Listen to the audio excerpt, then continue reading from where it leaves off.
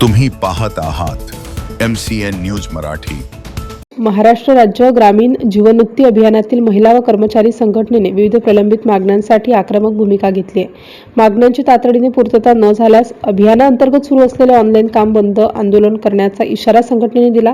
याबाबत संघटनेच्या वतीने 24 ऑगस्ट 2026 रोजी उमेद अभियानाच्या मुख्य कार्यकारी अधिकाऱ्यांना तसेच गटविकास अधिकारी जळगाव यांना निवेदन देण्यात आले। यापूर्वी बैठका व निवेदने देऊनही मागण्यांवर ठोस निर्णय झालेला नसल्याचा दावा संघटनेने केला आहे। प्रलंबित मागण्यांची तातडीने दखल घेऊन सकारात्मक निर्णय घ्यावा अशी मागणी संघटनेने केली आहे। मागण्या मान्य न झाल्यास ऑनलाईन काम बंद करण्याचा स्पष्ट इशारा देण्यात आला आहे। आता प्रशासन या निवेदनाची दखल घेऊन तोडगा काढणार का, तसेच उमेद महिला व कर्मचाऱ्यांचे आंदोलन प्रत्यक्षात सुरू होणार का, याकडे सर्वांचे लक्ष लागले आहे। MCN न्यूज मराठीकरिता गजानन सोनटक्के, जळगाव।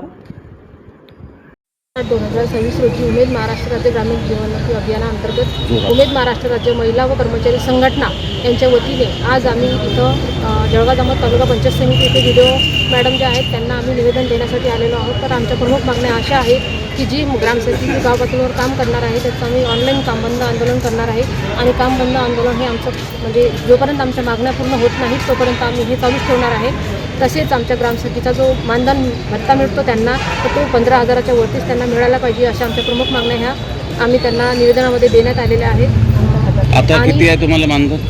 आता 6,000 आहे, तर ते पण आम्हाला 3,000 रुपयापर्यंत मार्चपासून त्यांनी लागू केलेलं आहे। कारण अभियानाचं असं माहिती आहे बा 2026पर्यंत अभियान लागू झालेलं तेव्हापासून त्यांनी 3,000 रुपये मानधन आमच्या खात्यात त्यांनी वर्ग करण्यात येईल असं त्यांनी सांगितलेलं होतं, पण आतापर्यंत मार्चपासून आम्हाला मानधन देण्यात आलेलं नाही आहे। तर त्यामुळे आम्ही आमचं जे मानधन आहे ते पण आमच्या ग्रामसभेच्या खात्यात थेट जमा झालेलं पाहिजे आणि त्यांना ऑनलाईन कामं करण्यासाठी हा मोबाईल किंवा टॅब वगैरेही त्यांच्यापर्यंत पोहोचलं पाहिजे अशी आमच्या प्रमुख मागण्या आहेत।